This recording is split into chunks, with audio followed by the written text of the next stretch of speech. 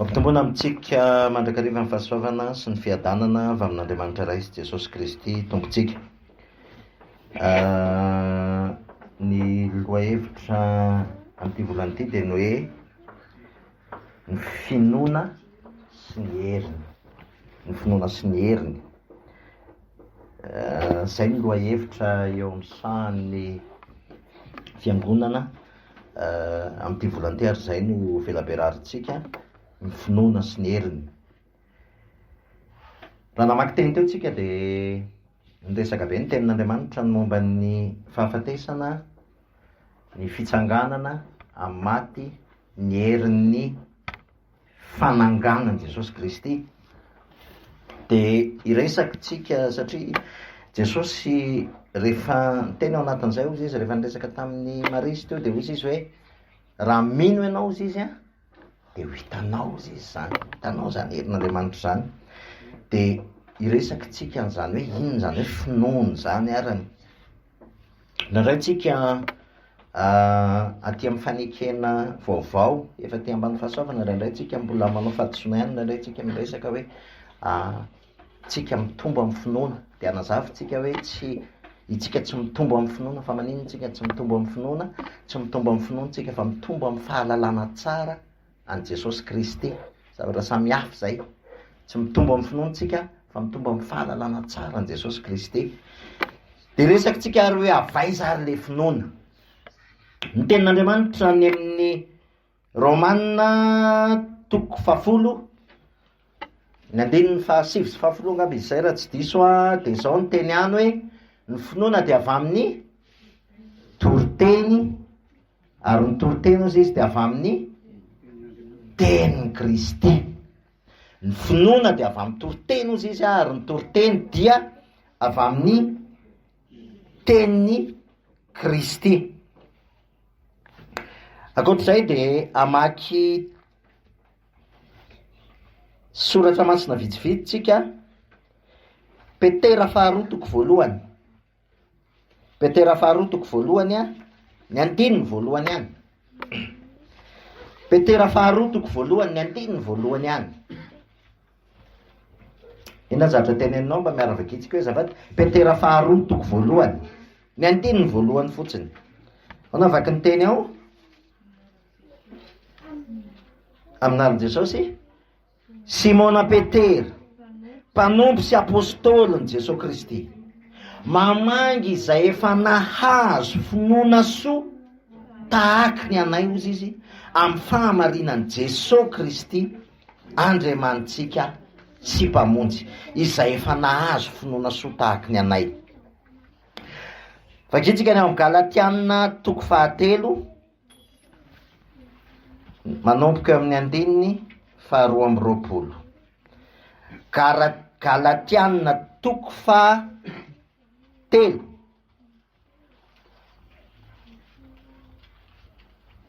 Galatiana 3:3 ny andininy 2:20.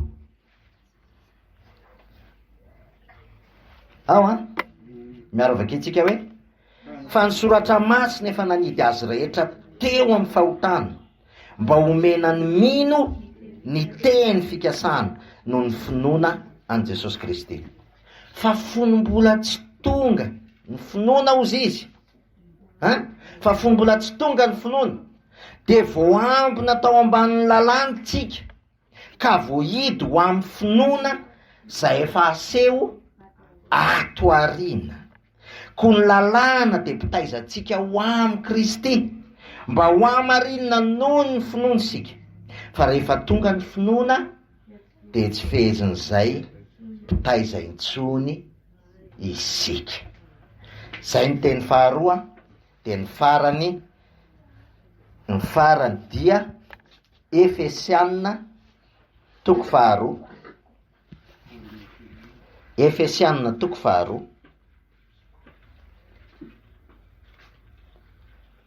Efesianina 2:2. Manomboka eo amin'ny andininy 5.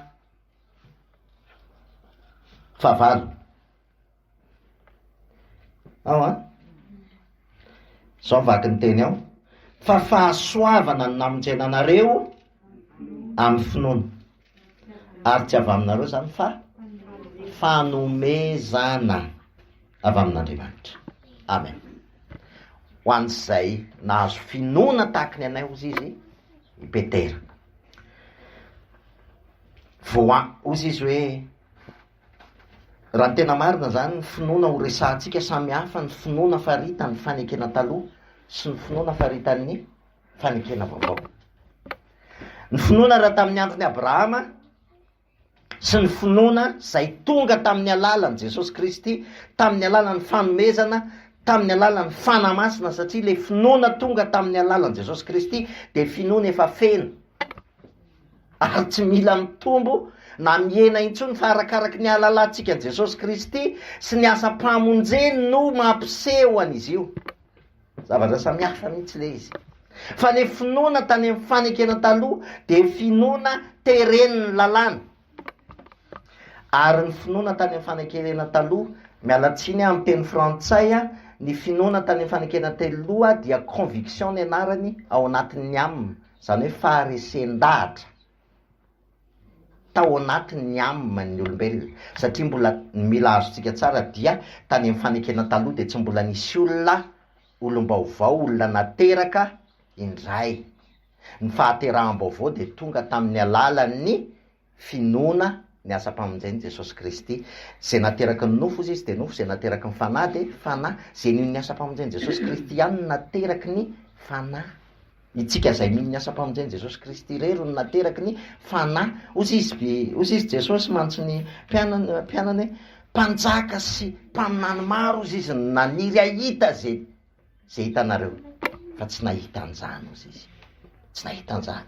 Ry Davida tsy nanana ny fanahin'Andriamanitra fa inspiré zavatra samihafa.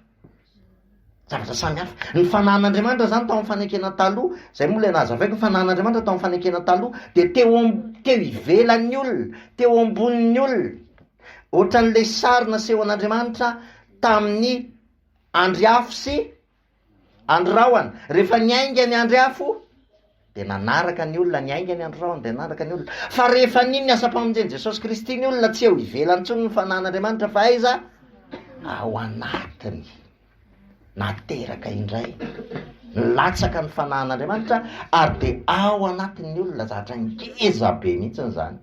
Ary tsy niriny zay hoe nirin'ny mpanjaka sy mpaminany fatratra ozy izy le taloha zany mba hahitan'izany, mba hiainan'izany, fa ianareo ozy izy no miainan'izany. Dikan'izany de zao, ilay finoana resahantsika rehefa niresaka ny finoana ny tany fanekena taloha de faharesen-dahatra no resaka. Conviction izy amin'ny teny frantsay. Fa aty amin'ny fanekena vaovao rehefa tonga Jesosy Kristy, zay vao miresaka finoana, foi amin'ny teny frantsay.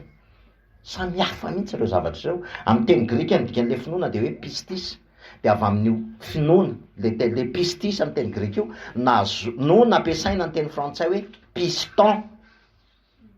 De ho atsika zay mahay mekanika kely, inona ny asan'ny piston? Iny ao anaty motera iny, ary iny piston iny manosika an'ilay fiara, manome an'le puissance, manosika anazy andeha. Pistis, finoana. Io finoana io de tsy tonga raha tsy tamin'ny alalan'i Jesosy Kristy. Donc rehefa mamaky baiboly tsika mila azontsika tsara fa zavatra samy hafa mihitsy le zavatra resahana, satria olom-baovao le resaka, le olona ozy izy Petera hoe ho an'izay nahazo finoana ozy izy tahaka ny anay ozy izy. Zay ny tenin'ny Petera teo, vao ampina le zavatra tao amin'ny Galatianina teo, fony mbola tsy tonga ny finoana ozy izy de vao ampina tao ambany lalàna ozy izy. Lalàna ozy izy de pitaizantsika, fony mbola tsy tonga ny finoana zany. Fa rehefa tonga ozy izy ny finoana zany de tsy mila pitaiza intsony isika.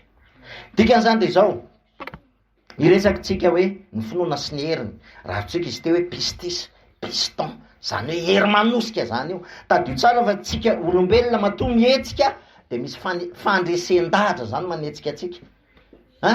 Ny zavatra rehetra miainga ao amin'ny amina tsika daholo, rehefa resy lahatra tsika eo amin'ny amina tsika hoe mety ty de ataontsika le izy. Rehefa resy laritsika hoe tsy mety de tsy ataontsika le izy. Ary rehefa nanao zavatra tsika mifanohatra amin'ny faharesen-dahatra tsika de manamely tenitsika, mahatsiaro diso tsika. Zay le principe, zay le fonctionnement antsika olombelona zany, faharesen-dahatra. Ary io faharesen-dahatra io nefa de izao, rehefa tonga am'izay ny finoana, de ny finoana ny asa-pamonjeny Jesosy Kristy, zany hoe ilay fivona amin'ny asa-pamonjeny Jesosy Kristy ny lasa manome an'ilay faharesen-dahatra vaovao. Asa raha mazava zay zavatra teneniko zay. Tao amin'ny fanekena taloha ny faharesen-dahatra nanosika ny olona de faharesen-dahatra. Vokatry ny ty mety, ty tsy mety, ty azo atao, ty tsy azo atao. Zay ny faharesen-dahatra nanosika ny olona tao. Fa ny faharesen-dahatra de miivo amin'ny tenany, le faharesen-dahatra. Miivo amin'ny tenany. Raha manao an'izao a de tian'Andriamanitra, raha tsy manao an'izao a de tsy tian'Andriamanitra, raha manao an'izao a de bedin'Andriamanitra, raha manao an'izao a de faly amiko Andriamanitra. Zay le faharesen-dahatra nanosika tao amin'ny fanekena taloha. Fa ny faharesen-dahatra am'izay ao amin'ny aty le vokatry lay finoana, lay fanomezana. Ozy izy miten'Andriamanitra mantsy mitohy manaraka an'io le Efesianina io hoe fanomezana ozy izy. Tsy avy amintsika zany ozy izy, fandrao misy irere ozy izy, fa asantsika voaforona anao asa tsara. Zay ny toy an'io teny io, asantsika ozy izy voaforona anao asa tsara. Dikan'izany zany de zao, lay finoana ny asa-pamonjeny Jesosy Kristy, finoana ny famelan-keloka, finoana ny fitsanganany tena maty, finoana ny fahaveloman'i Kristy ao anaty, finoana fa netiny Jesosy ny zavatra rehetra, finoana fa vita fiavana amin'Andriamanitra tsika. Zay finoana miivo amin'i Jesosy Kristy zay no miteraka faharesen-dahatra marina. Zay manosika antsika. Zay faharesen-dahatra zay a no miteraka fiovana amin'ny fanavozana ny saina ary miteraka asa, manosika ny asa izay ataontsika. Zay foana zany ny mombantsika olombelona. Ndika zany de zao, eo anatrehan'izay koa nefa mila misy zavatra tiako azontsika ihany a, nandray koa tsika manafangaro ny antsoina hoe soratra masina sy ny tenin'Andriamanitra. Misy zavatra mila mazava ihany ao anatin'le izy. Ny atao hoe tenin'Andriamanitra, inona ny atao hoe tenin'Andriamanitra? Inona ny atao hoe tenin'Andriamanitra? Tenin'i Kristy. Bravo, bravo mafy. Tenin'i Kristy. Ary le tenin'i Kristy nefa dia ny tenin'Andriamanitra de miteny hoe tamin'ny voalohany teny, ny teny tao amin'Andriamanitra, ny teny de Andriamanitra. Ary ny teny ozy izy dia tonga nofo. Iza zany le tenin'Andriamanitra? Jesosy no tenin'Andriamanitra. Zay zany mila azo zay. Ny Baiboly soratra masina, zay manondro ny tenin'Andriamanitra. Mazava tsara mahasamihafa anazy e. Rehefa ao anaty soratra masina misy tenin'ny devoly ao, misy tenin'ny Eli fotsiny ao, misy tenin'ny Mosesy ao. Fa ny tenin'Andriamanitra zay teny rehetra manondro ny Jesosy Kristy. Io soratra masina io nefany ny zavatra rehetra voasoratra dia zay le hoe tsindrimandrin'Andriamanitra no tsindrin'Andriamanitra mba hanondro an'ilay tenin'Andriamanitra, hanondro ny Jesosy Kristy. De ny finoana avy amin'ny tenin'Andriamanitra. Ary zay no mahatonga hoe tsy maintsy teny. Ary zay no mahatonga an'Andriamanitra namonjy ny olombelona satria ny olombelona rery no afaka mitondra an'ilay tenin'Andriamanitra. Ny olombelona rery zany no manana vava, afaka hamoaka feo anambara ny tenin'Andriamanitra. Mazava tsara zay zavatra teneniko zay. Tsy maintsy ny tenin'Andriamanitra zany tsy maintsy avoaka ny vava. Porofon'izany rehefa nanangana ny Lazarosy tamin'ny maty Jesosy, dia inona no nampiasainy?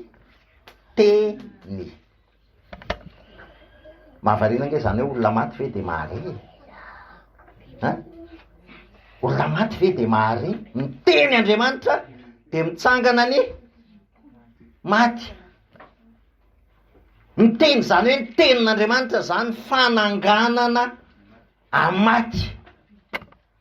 Lalina be zany zavatra zany raha tena diniantsika. Ny tenin'Andriamanitra de fananganana amaty.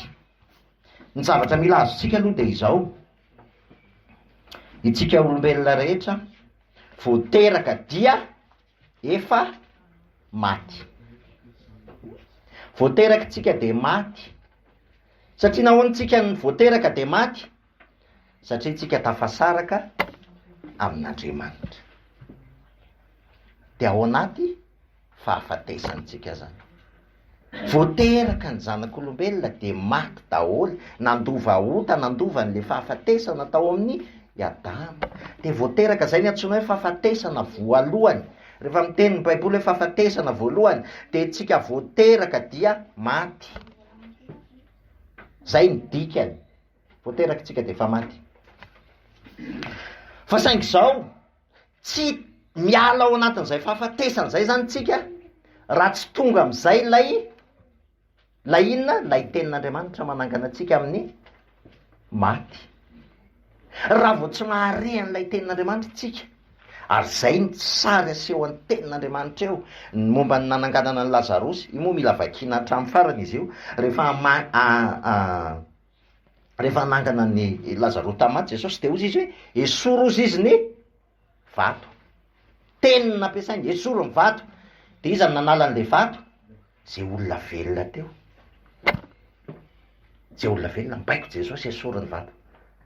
Fa raha ohatra le olona ka tsy nino an'izay tenin' Jesosy zay, de teny le ianao ve adala, olona efa efatr'andro ny maty, esorona ahoana ny vato? Ary Maria raha tena ny teny mihitsy hoe efa maimbo izy ozy izy. Nisy fisalasalana ihany zany tao anatin'ny Maria, hoe efa maimbo ane izy sy nohatran'izao. De hozy izy Jesosy hoe non, esoro ny vato. Niteny tamin'ny feo mahery Jesosy, esoro ny vato. Hitanareo a, Jesosy zany rehefa miteny a, nisy fotoana zao le rehefa hosamboriny Jesosy, de niteny le mpanampy ny mpisorona be zany hoe isany de tavinareo sy Jesosy. De ozy izy rehetra hoe Jesosy avany Nazareta ozy izy. De niteny fotsiny Jesosy hoe zany izy. De vao niteny Jesosy hoe zany izy, de inona zavatra nitranga? Nitaraboko reo. Zany hoe puissance zany, hery, tsy haitoaina zany. Io tenin'Andriamanitra io, i Jesosy miteny io. De teny ao anatin'izay zavatra zay hoe itsika mpanompon'Andriamanitra, io tenin'Andriamanitra io ke velona ao anatintsika. Io puissance de la parole de Dieu io velona ao anatintsika. Mila azotsika zany rehefa natsangany Jesosy tamin'ny maty tsika, de io puissance na parole de Dieu. Inona moa mahatonga hoe misy olona mety mitovy ihany ny zavatra teneniny a, samy mitovy teny mitovy ihany ny zavatra teneniny, fa ny sasany na zavatra mitovy arany a misy puissance le izy, fa ny sasany a tsisy puissance. Satria ny anankiray fahalalana fotsiny, fa ny anankiray tena puissance le herin'Andriamanitra. Ary rehefa le herin'Andriamanitra no mivoaka eo aminao, de ozy izy Petera hoe tsy manana zavatra tolotra anao zay ozy izy, fa zay anananay nomena ianao. Amin'ny anaran'i Jesosy ozy izy mitsangana. Puissance zany. Tsy tenitenenina foana zany, fa herin'Andriamanitra, tenin'Andriamanitra velona ao anatintsika, satria olona natsangan'Andriamanitra tamin'ny matytsika. Mila azotsika tsara zany. Olona natsangan'Andriamanitra. Raha tsy azotsika tsara aloha zay ozy izy maty Jesosy eo amin'ny teny hoe zany fananganana maty ozy izy, fiainana mandrakizay, zay minoana de maty aza de ho velona indray ozy izy. Ary zay minoa ozy, zay velona ozy izy ka minoa de tsy ho faty mandrakizay. Ny dikany zany de izao, rehefa mino an Jesosy Kristy tsika, tsy ho faty mandrakizay. Ary zay nge mahatonga hoe ny kristianina rehefa maty de tsy tenenina izy hoe maty, fa tenenina izy hoe nody mandry. Zay nge ny antony, nody mandry, mody mandry, mody matory. Zay ny dikany. Fa tsy maty, satria tsy ao anatin'ny fahafatesana intsony, velona mandrakizay. Fanantenana zany ho antsika kristianina. Ny kristianisme rery ny manana an'izany fanantenana zany. Fa zany tsy toriana, tsy azo avaina. Lasa indraindray tsika ao anatin'ny fahoriana lasa tsy enjery le izy.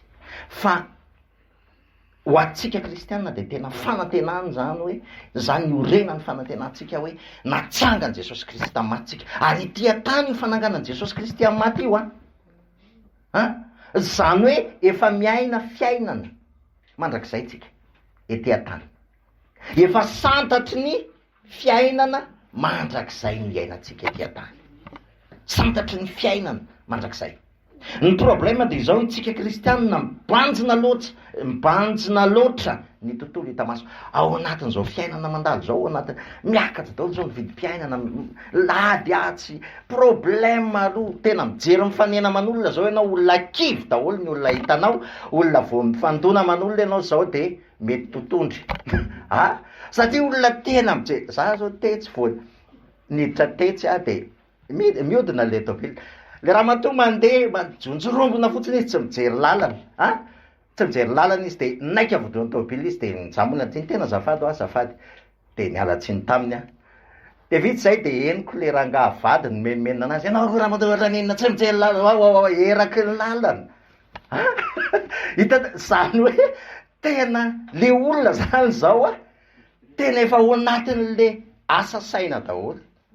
Eny an-dalana zany ianao mijery olona tena ohatrany hoe olona very amboroa very amboroa, tsy manana fanantenana, miady amin'ny fiainana tsy manana fanantenana, ary nefany zany tenin'Andriamanitra zany manome atsika n'le fanantenana. Ny tena mila azontsika mantsy de izao, tadio tsara fa raha namakytsika le tantarany Eli teo, ny tantarany Eli teo ne nisy vehivavy ozy izy satria tonga ny fotoanan'ny haintany zany fotoanan'ny haintany tsisy nininina mihitsiny, koba kely sy menaka sisany tao, koba kely sy menaka sisany tao, eraky ny famarana angambany izay raha tsy diso.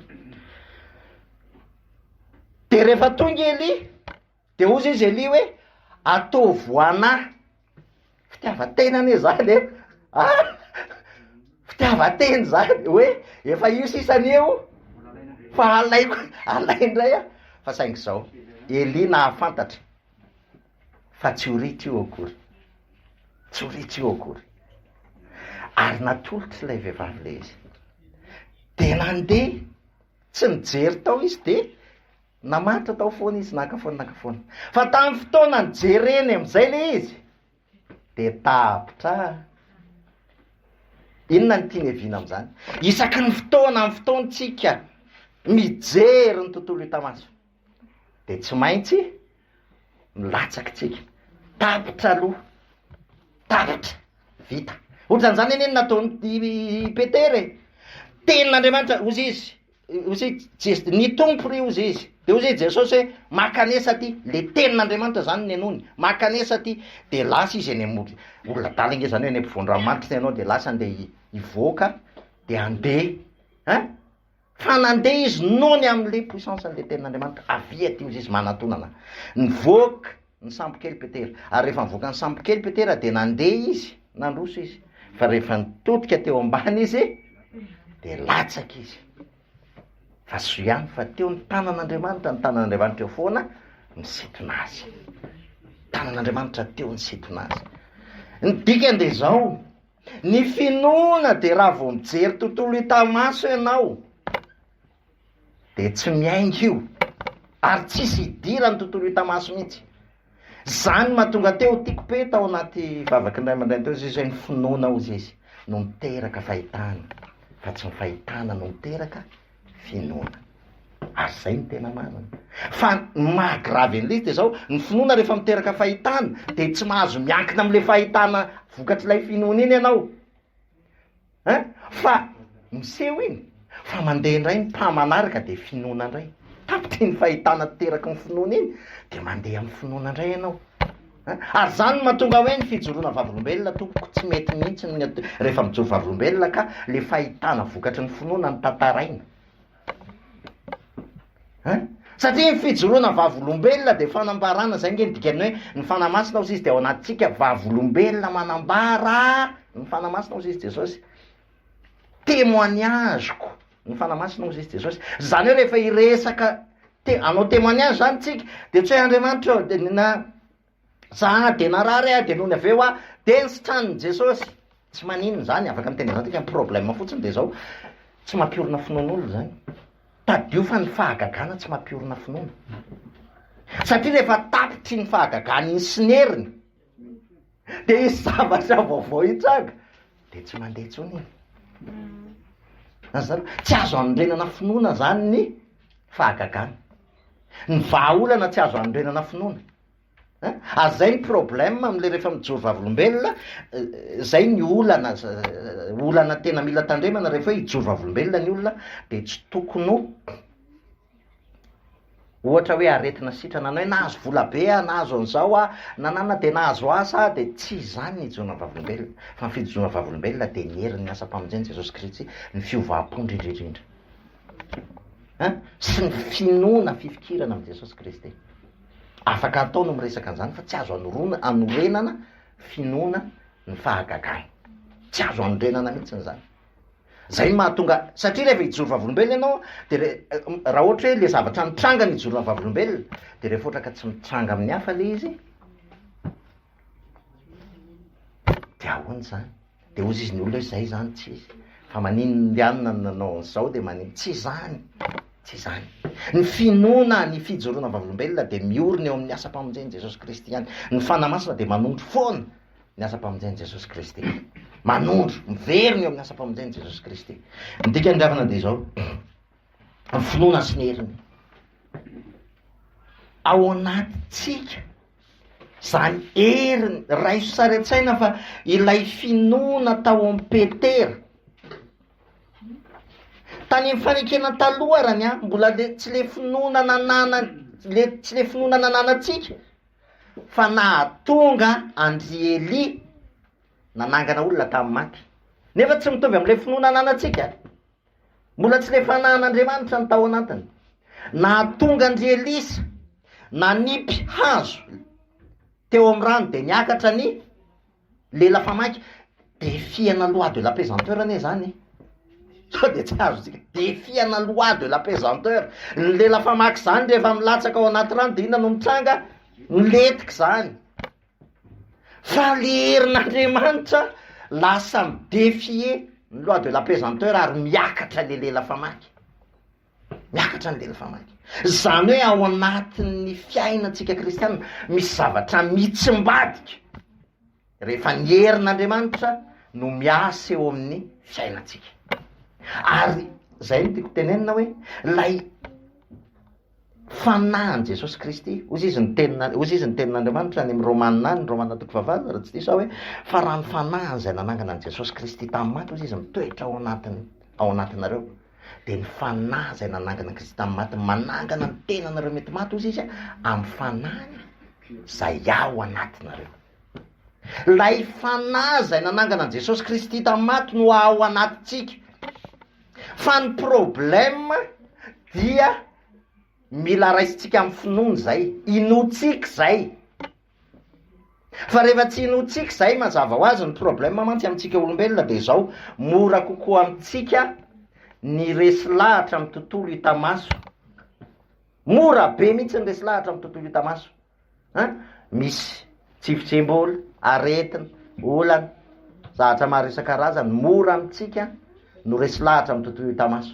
ary rehefa resy lahatra amin'ny tontolo hitamaso tsika de ireny ny manosika ny lasa farisen-dahatra ao anatytsika de ireny ny manetsika atsika de lasa mitaitainy matahotra feno tebiteby sy nyrehetrarehetra ekeny fa tsy hoe lasa superman tsika rehefa aveo tsy zay kory le izy fa isaky ny misy zavatra mitranga ekeo foana ny limititsika eo anatrehan'Andriamanitra mitranga ny zavatra anankiray eo amin'ny tontolo hitamaso ekeo fa tsy manana heritsika etrehana an'izany fa le herin'ny fanahin'Andriamanitra zay ao anatytsika zay nge mahatonga hoe ozy izy Paoly raha irearea ozy izy de ny fahalemeko ny ireareako ny fahalemeko ozy izy ny ireareako fa ny fahalemeko ny fahatanjahako ozy izy Paoly ekeo ny fahalemetsika ekeo ny fetra ny heritsika eo anatrehan'ny tontolo hitamaso eo anatrehan'ny tontolo hitamaso be de be ny zavatra mitranga eo amintsika eo amin'ny anina ny tontolo hitamaso ary ny zavatra mahavarina de zao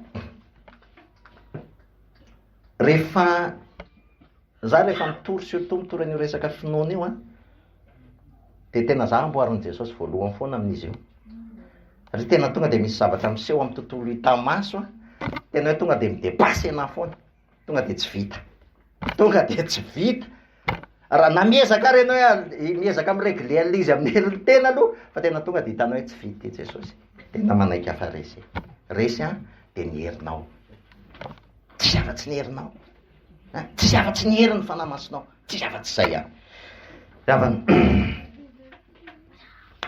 tadio fa natsangany Jesosy Kristy tamin'ny matytsika zay ny vakitsika tany amin'ny Romanina toko fahaenina teo Romanina toko fahaenina ary fetifety tserentsika iaraka iverenatsika ho vakina le izy a Romanina toko fahaenina manomboka amin'ny andinin'ny fahavalo izy teo a Romanina toko fahaenina manomboka amin'ny andinin'ny fahavalo ary raha miara-maty tamin'ny Kristy tsika de mino fa hiara-belona amiko tao anaty fahafatesany tsika zany hoe tao anaty ota tao anaty fisarahana tamin'Andriamanitra nidina Jesosy Kristy naka tsika tao anaty fahafatesana ary naka ny endriky le fahafatesana koa izy nitovy tamintsika ary rehefa nanolotra ny aina izy nampiavana tsika taminy de nitsangana tamin'ny maty izy tsy manan-kery amin'ny ntsony izy ny fahafatesana ary fatatsika fa rehefa nitsangana tamin'ny maty Kristy de tsy maty tsony izy tsy manan-kery amin'ny ntsony fahafatesana satria resy ny fahafatesana rehefa nitsangana tamin'ny maty Jesosy Kristy midikany hoe nitsangana tamin'ny maty izy resy ny fahafatesana nidikany anankiray de zao natolony atsika ny fiainana mandrakizay zay ny tena dikany natolotry Jesosy Kristy atsika ndray ny fiainana mandrakizay velona mandrakizay tsika asa raha azo tsika sary an-tsaina fa vaovao mahafaly ngeza be zany hoe velona mandrakizay ao anaty fanjakan'Andriamanitra ka tsy ao aloha ny fanjakany sy ny fahamarinany ny ambiny kado ary rehefa hiainatsika zany hoe vita fihavanana amin'Andriamanitra natsangany Jesosy Kristy ao anaty fiainana am'izay de ny ambiny fiainana be dehibe misy fotoana mandalo endrim-pahafatesana normal zany satria za efa nijatra ny lona tao anaty fahafatesana nandritry ny firy-taona fa tadio fa izao ary eto am'izay ny zavatra ngeza be itsika kristianina tompoko tsy miady amin'ny ota zany tena fiovana amin'ny fanavozana fisaina mila azo tsika itsika raha mbola mieritreritra foana hoe miady amin'ny ota de tsy maintsy maharesy ota tsika sa tsy maharesy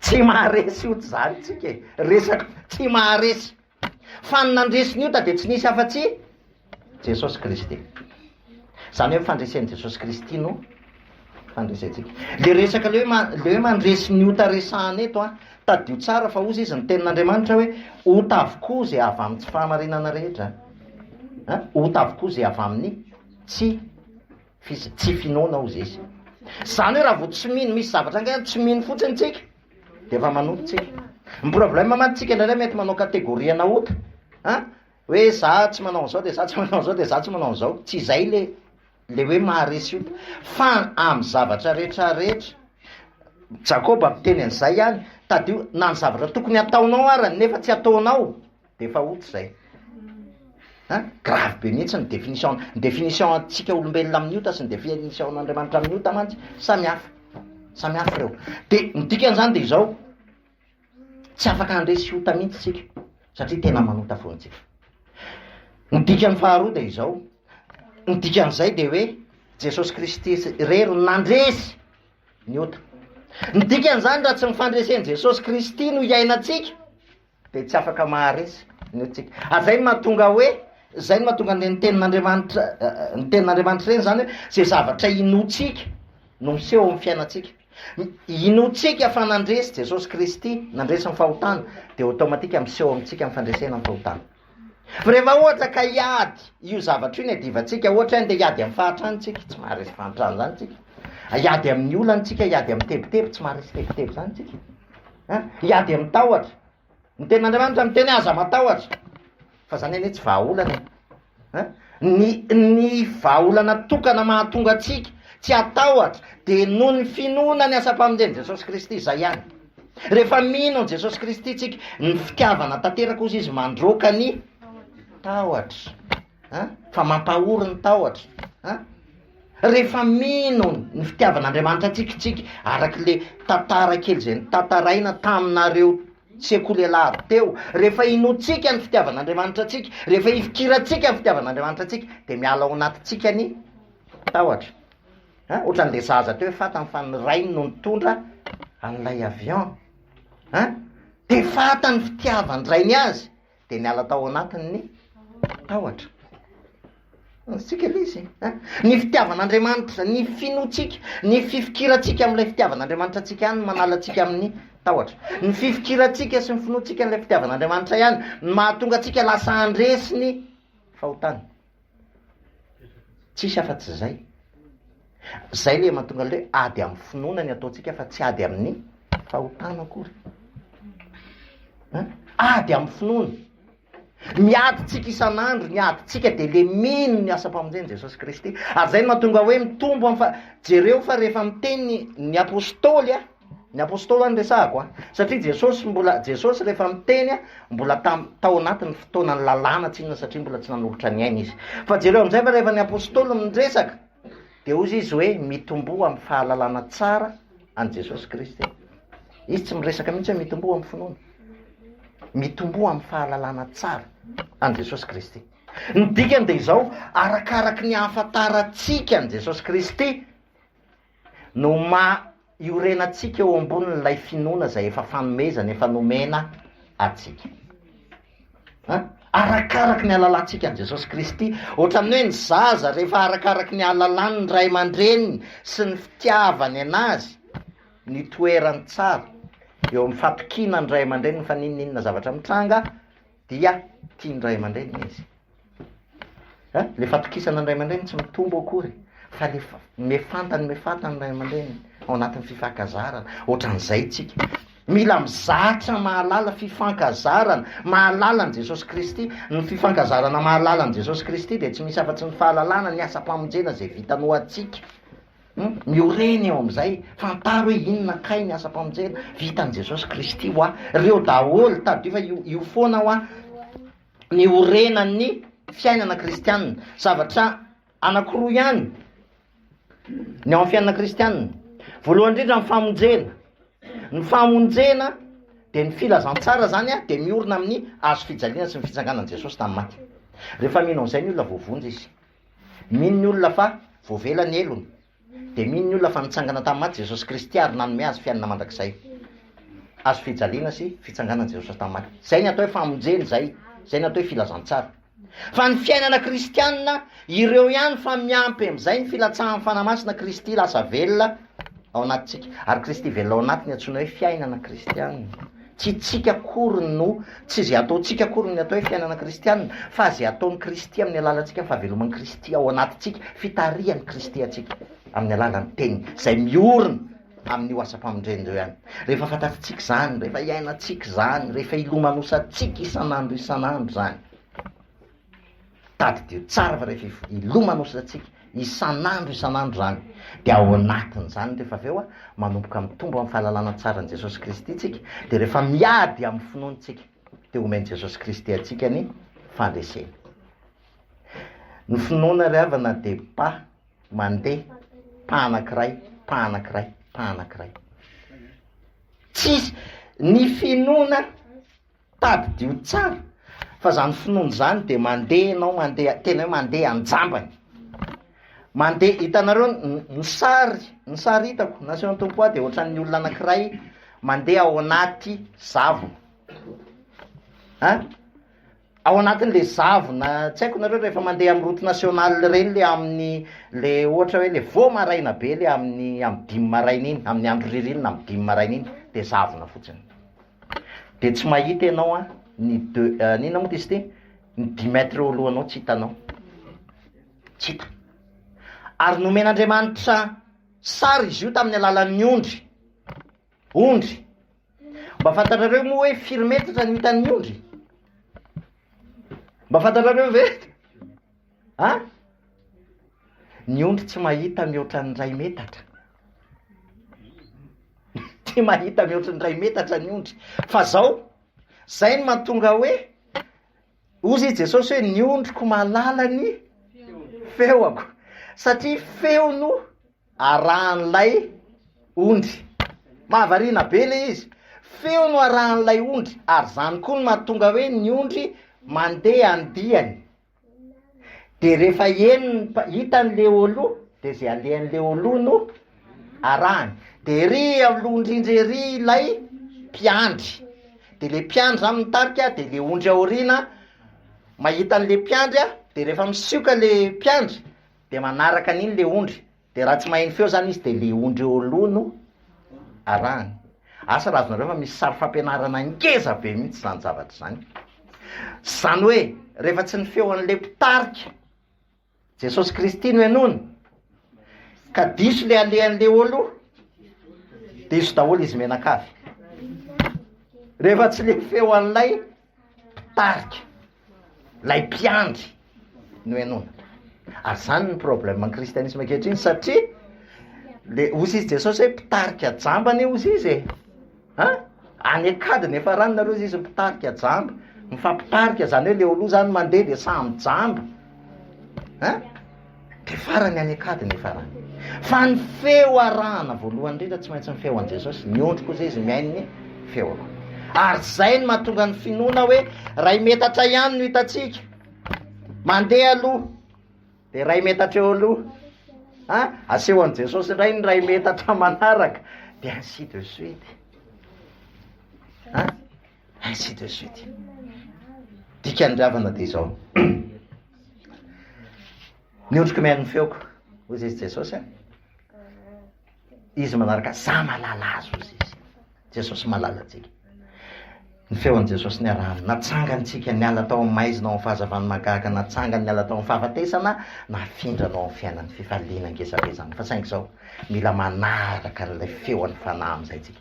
Ny feo amin'ny fanahy de tsy manondro afa-tsy ny asa-pamonjen'i Jesosy, mampatsiahy tsika isan'andro fitafiavanana amin'Andriamanitra tsika. Tiany Jesosy Kristy tsika, efa navela ny helokontsika rehetra. Izy no nitondra ny endrim-pahafatesana rehetra tokony hiantra amintsika, ny fahantrana ny aretina, ny olana, ny tepitepiny tahotra, netiny teo amin'ny azo fijaliana daholo. Nitsangana tamin'ny maty izy, nanome antsika ny fiainana mandrakizay, velona ao anatintsika ny fanahiny, mitadidalana atsika ary manondro atsika an'izany asa-pamonjen'i Jesosy isan'andro zany. Misaoran'i Jehovah ry fanahiko, zay rehetra atao anatiko, misaora ny anarany masina. Amen. Voninahitra ho an'i Jesosy.